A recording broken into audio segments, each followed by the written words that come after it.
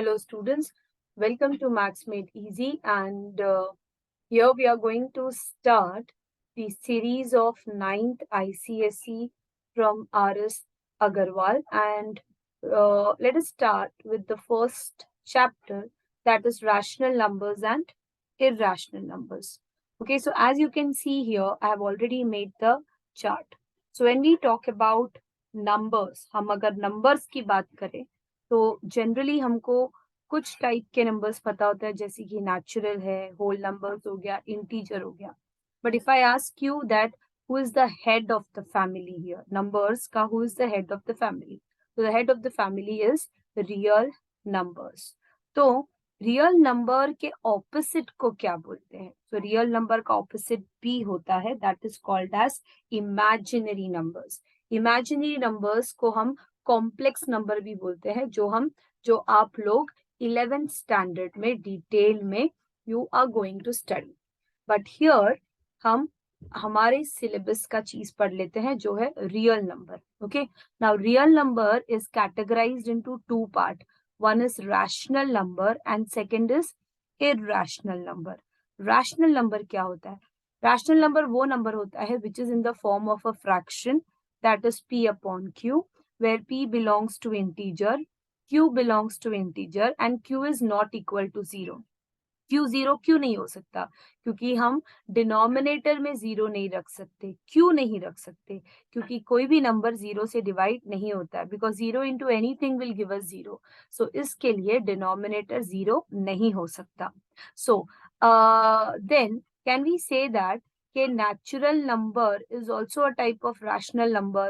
Now you will think, अरे natural rational कैसे हो सकता है? Of course हो सकता है students, क्योंकि natural number जो है वो स्टार्ट होता है 1, 2, 3 एंड सो ऑन. तो सपोज एक नंबर ले लो, natural number.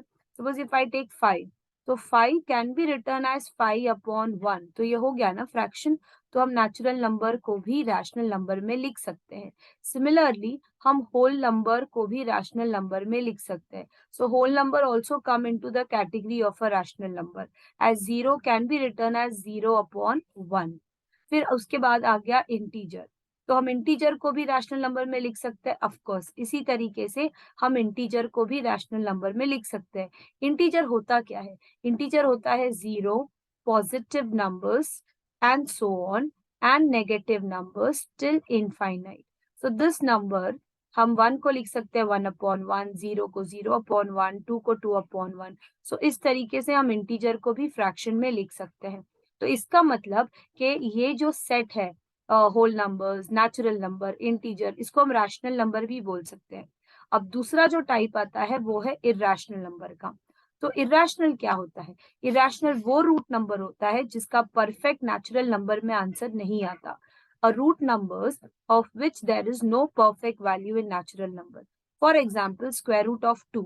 Square root of 2 को अगर हम सॉल्व करेंगे तो हमको ऑफ कोर्स आंसर मिलेगा 1.414 and something something something something which will never repeat. जो कोई भी सेट आपको ऐसा नहीं लगेगा कि रिपीट हो रहा है. तो root 2 is a irrational number, root 3 is an irrational number, root 5 is an irrational number, root 10 is an irrational number, root 16 का वैल्यू है 4. तो इसके लिए irrational नहीं हुआ. तो irrational वो नंबर होता है जिसका परफेक्ट नेचुरल में आंसर नहीं आता है. आई होप इतना तुमको समझ में आ गया हो. अगर नहीं आया समझ में, कोई डाउट है तो आप लोग मुझे कमेंट में लिख सकते हो. हम आगे बढ़ते हैं इसमें.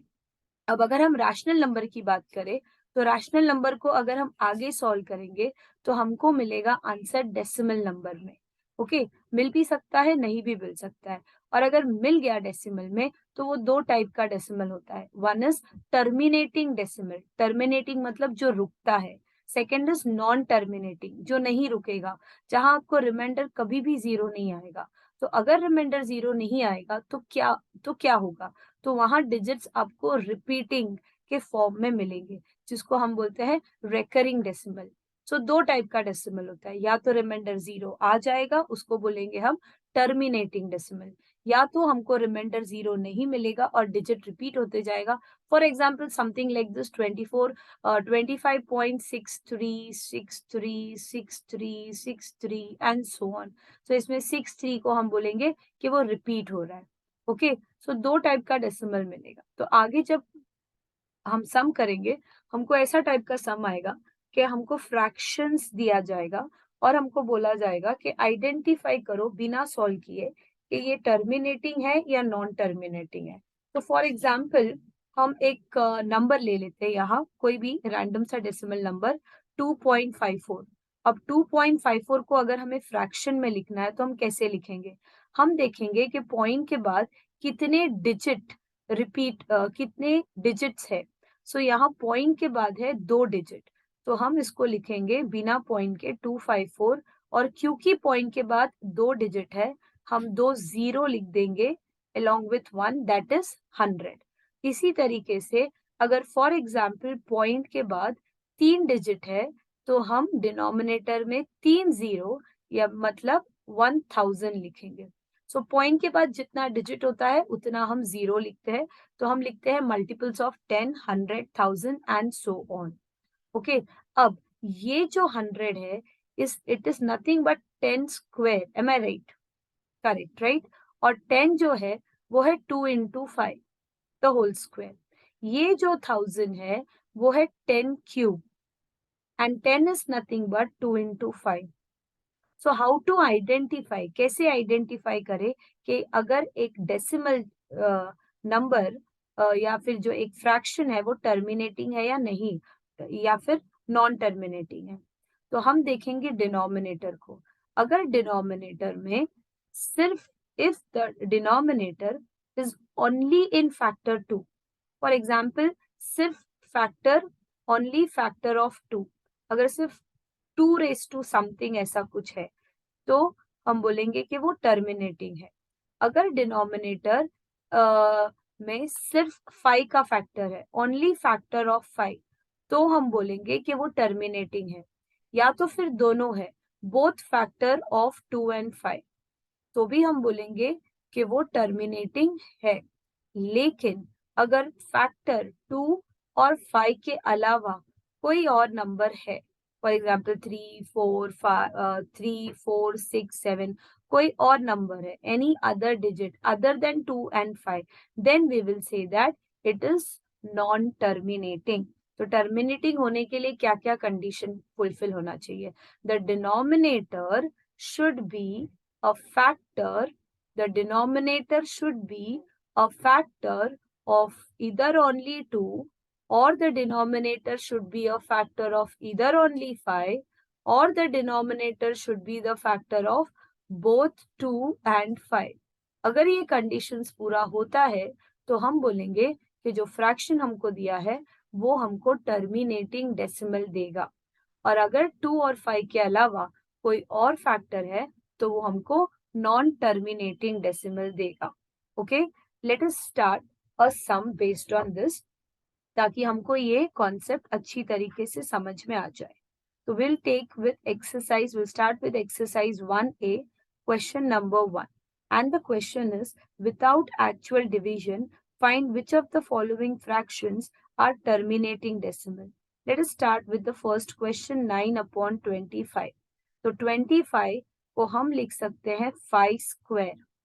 ओके, अब आप लोग सोचोगे कि अरे हमको तो डिनोमिनेटर में 10 चाहिए, तो हम 5 स्क्वायर से हमको 10 कैसे मिलेगा? तो हम इसको, क्योंकि ये 5 स्क्वायर है, तो हम इसको, और हमको अगर 2 भी चाहिए, okay, so we can write this as 5 square लिख सकते हैं, into 1 लिख सकते हैं. Yes or no? We can write 1, right? अब 1 is nothing but we can write it as 2 raised to 0. हमने ये लॉ ऑफ इंडाइसिस में पढ़ा था, एनीथिंग रेज टू 0 इज 1. अब आप लोग सोचोगे ये क्यों किया है? ताकि हम एक स्टेटमेंट लिख सकें, और वो स्टेटमेंट ये है कि the denominator is in the form of, denominator is in the form of, the denominator is in the form of 2 raised to m. Into 5⁻n। ये फॉर्मेट चाहिए, ये फॉर्म चाहिए हमको डिनोमिनेटर में। बेस 2 होना चाहिए, 2 and 5, पावर कुछ भी हो चलेगा। ओके, ये अगर फॉर्मेट मिल गया तो हम लिखेंगे therefore 9/25 is a terminating decimal. 9/25 is a terminating decimal, क्योंकि डिनोमिनेटर में 2 और 5 के अलावा और कोई भी फैक्टर नहीं है। Okay, understood. Then let us go for one more sum. That is question number 3. अगर आपको कोई भी सम का एक्सप्लेनेशन एक फॉर एग्जाम्पल 2 टाइम 3 टाइम सुनना है, तो आप लोग उसको वीडियो को बैक करके उस एक्सप्लेनेशन को बार बार सुन सकते हो। अगर आपको नोट्स कॉपी करना है तो आप वीडियो को पॉज करके नोट्स लिख सकते हो। Now 13/16.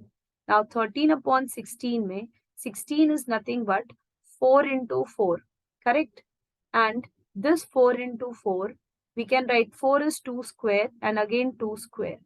Law of indices use करेंगे हम लोग यहाँ। a raised to m into a raised to n is equal to a raised to m plus n. We'll add the power. 2 plus 2 is 4. So that means 16 is 2 raised to 4. अगर आपको ये directly पता है कि 16 2⁻4 है, तो आप सीधा यहाँ से ये वाला स्टेप लिख सकते हो। ये दोनों स्टेप आप लोग स्किप कर सकते हो। ये उनके लिए था जिनको डायरेक्टली स्ट्राइक नहीं होता है। Okay, so no problem, you can go step by step. अब हमको यहाँ डिनोमिनेटर में फैक्टर मिला है सिर्फ 2, या हम ऐड कर देंगे into 1, एंड into 1 के जगह पे हम लिखेंगे 5⁻0। ओके, तो अभी हमको ये डिनोमिनेटर मिल गया in the form of 2 raised to m into 5 raised to n. So we will write denominator is in the form of 2 raised to m into 5 raised to n. Therefore 13/16 is a terminating decimal. 13/16 is a terminating decimal. एक last सम हम लोग ले लेते हैं जहां answer हमको terminating में नहीं आएगा, एंड लेट अस सी के वो सम हमको लिखना कैसे है। Okay, so will take this question number 7। Question number 7, and the question is 19/55। अब 55 के फैक्टर्स क्या है? 55 को हम लिखेंगे 5 into 11। तो यहाँ हमको एक फैक्टर मिल गया जो 2 और 5 के अलावा कोई और दूसरा नंबर है। तो हम लिखेंगे, इस 11 को तो हम निकाल नहीं सकते, इसको 2 में भी हम कन्वर्ट नहीं कर सकते। सो हम एक स्टेटमेंट लिखेंगे, denominator is not in the form of. See, this type of sum will come for only 1 mark. Okay, so don't write too much in this. Denominator is not in the form of 2 raised to m into 5 raised to n. Therefore 19/55 is not a terminating decimal. Is not a terminating decimal. Okay, now in the question they are only asking us whether we have to tell whether it is a terminating or not. So no need to write non-terminating and recurring. We will just write 19/55 is not a terminating decimal. That's it. Okay, so I hope आप लोगों को ये type of some समझ में आया है, जहां हमको आइडेंटिफाई करना है बिना सॉल्व किए, without actual division, that the given fraction have terminating decimal और a non-terminating decimal. We will continue the next part, that is convert each of the following decimal into fraction. So how to convert the given decimal number into a fraction number, that we will study in the next video. If you have any doubt in this video, do write me in the comment box and I will get back to your doubt. And if you don't want to miss any of the lecture, kindly subscribe the channel and press the notification button so that you will get the notification of every video uploaded. We'll continue in the next lecture, students. Till then, bye. Happy learning to you all.